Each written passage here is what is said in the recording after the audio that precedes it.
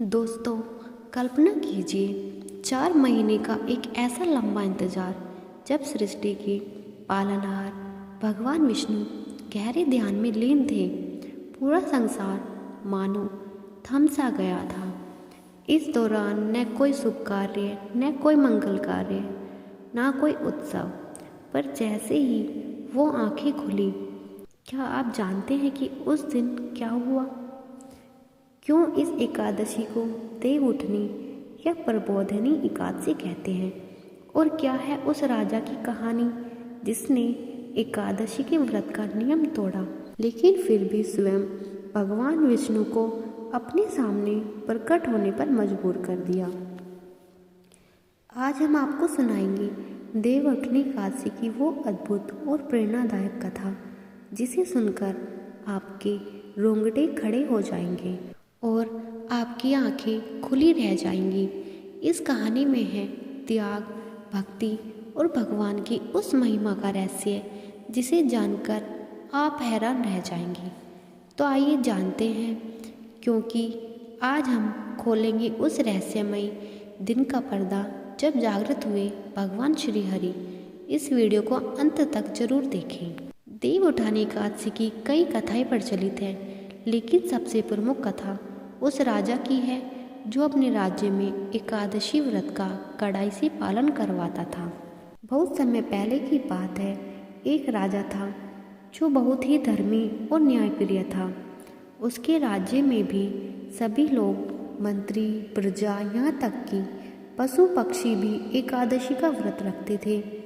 राजा का कड़ा नियम था कि एकादशी के दिन कोई भी अन्न ग्रहण नहीं करेगा और पूरे राज्य में कोई भी भोजन नहीं बनाएगा। एक दिन दूसरे राज्य से एक व्यक्ति राजा के पास नौकरी मांगने आया। राजा ने उसे नौकरी दे दी, लेकिन एक शर्त रखी, तुम्हें रोज खाने को सब मिलेगा, पर एकादशी के दिन अन्न नहीं मिलेगा। सिर्फ फल और मेवे खाकर उपवास करना होगा। उस व्यक्ति ने मजबूरी में यह शर्त मान ली। अगले ही दिन एकादशी थी। जब उसे फल और मेवा दिया गया तो उसने राजा से कहा, महाराज, इससे मेरा पेट नहीं भरेगा, मैं भूखा मर जाऊंगा। मैं एकादशी विकादशी नहीं जानता, मुझे तो अन्न ही चाहिए। राजा ने उसे समझाया, नियम याद दिलाए, पर वह नहीं माना और अन्न खाने की जिद पर अड़ा रहा। राजा ने हार मानकर उसे अन्न दे दिया। वह व्यक्ति अन्न खाकर नदी किनारे पानी पीने गया। वहां पहुंचकर उसने देखा कि कुछ लोग उसे चारों ओर से घेर रहे हैं। वे यमराज के दूत थे। उन्होंने उसे पकड़ लिया और कहा, तूने एकादशी के पावन व्रत का अनादर किया है, अब तुझे हमारे साथ चलना होगा। वह व्यक्ति डर से कांपने लगा और गिड़गिड़ाने लगा, मैंने तो अनजाने में यह गलती की है, मुझे क्षमा कर दो। पर यमदूत नहीं माने। जब यमदूत उसे घसीटते हुए ले जा रहे थे, तभी वह व्यक्ति मन ही मन भगवान विष्णु को पुकारने लगा। उसकी सच्ची पुकार सुनकर भगवान विष्णु तुरंत पीतांबरधारी चतुर्भुज रूप में प्रकट हुए। भगवान ने यमदूतों को रोककर कहा, इसे छोड़ दो। इसने अन्न तो खाया, पर व्रत की महिमा का थोड़ा भी अनादर होते देखकर सच्चे मन से मुझे पुकारा है।